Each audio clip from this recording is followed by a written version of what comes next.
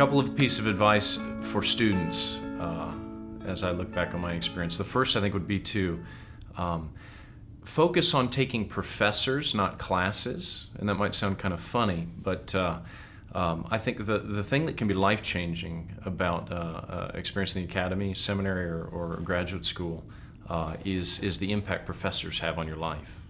So that'd be my encouragement. You can have a great subject, and if you've got a bad professor, it can be a tedious experience. But if you've got perhaps a topic that you don't think is that interesting, but a great professor, it can be life-changing. Second piece of advice is I look back on my own experience, and this is something that I look back on with a little bit of regret, candidly, is staying invested in the life of the church during your time getting an education. I think the pressures, the demands, the pull on a person's life can cause a person to hunker down in their studies and hold themselves up in the library. But I think it's really, really critical to stay in the life of the church, invest in the life of the church, serving God's people in that way. So that's really key.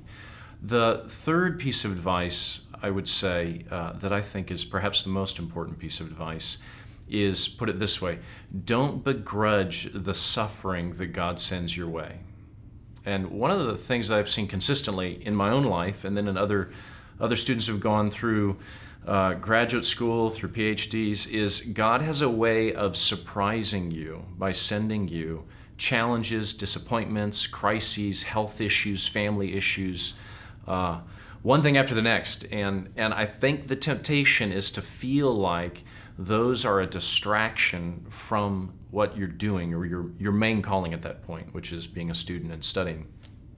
When I think from God's perspective in your own life and development, that's actually critical. God is using that suffering, the disappointment, the challenge, whatever it is, whatever the circumstance is, as part of the training, perhaps the key part of the training in your life at that point. So don't begrudge the small suffering that God sends into your life, I think is really important.